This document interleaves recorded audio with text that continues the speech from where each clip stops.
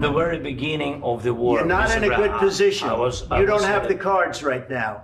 With us, you start having not playing cards. cards. Right now, you don't. I'm very You're playing serious, cards. Mr. President. You're I'm playing very cards. serious. You're gambling I'm the with the president lives in of war. millions of people. Yes. We're doing very well with Russia, but right now they're bombing the hell out of Ukraine. And Ukraine, I'm finding it more difficult, frankly, to deal with Ukraine. In terms of getting a final settlement, it may be easier dealing with Russia, which is surprising because they have all the cards.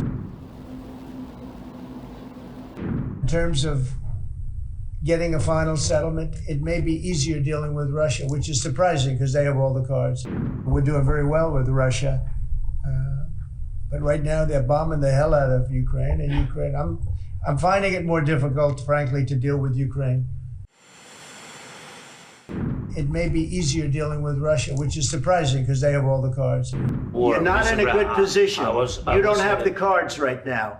With us, you start having not playing cards. cards. Right now, you I'm don't. very You're playing serious, cards. Mr. You're gambling with World War III. what you're You're speaking gambling about? with What are you World speaking War about? III.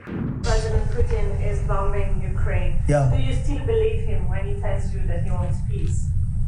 You know, I believe him. I believe him. I think we're doing very well with Russia, but right now they're bombing the hell out of Ukraine. And Ukraine, I'm finding it more difficult, frankly, to deal with Ukraine. And they don't have the cards. They don't have the cards.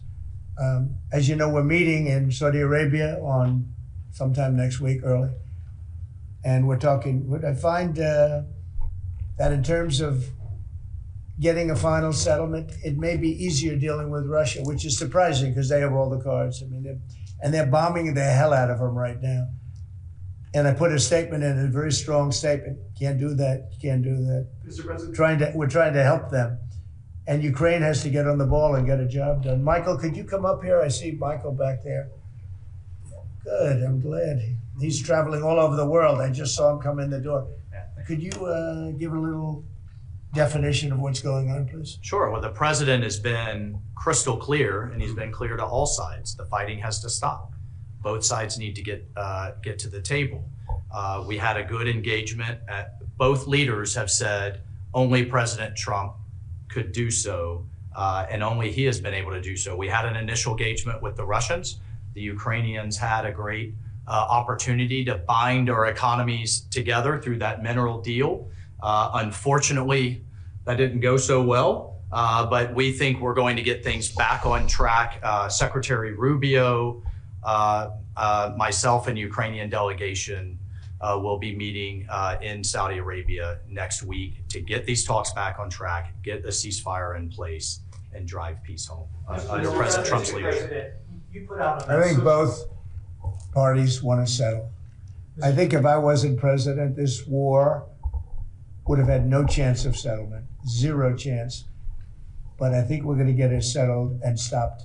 We got to stop. They're losing on average 2,000 soldiers a week. That's a lot of soldiers. Do you agree, Peter? It's a lot of soldiers on both sides, I agree. Do you, Mr. President, think that Vladimir Putin is taking advantage of the U.S. pause right now on intelligence and military aid to Ukraine? No, I actually think he's doing what anybody else would do. I think he wants to get it stopped and settled, and I think he's hitting them harder than he's been hitting them. And I think probably anybody in that position would be doing that right now. He wants to get it ended, and I think Ukraine wants to get it ended, but I don't see, it's crazy. They're taking tremendous punishment. I don't quite get it, but I suspect, Michael, he probably wants to get it ended.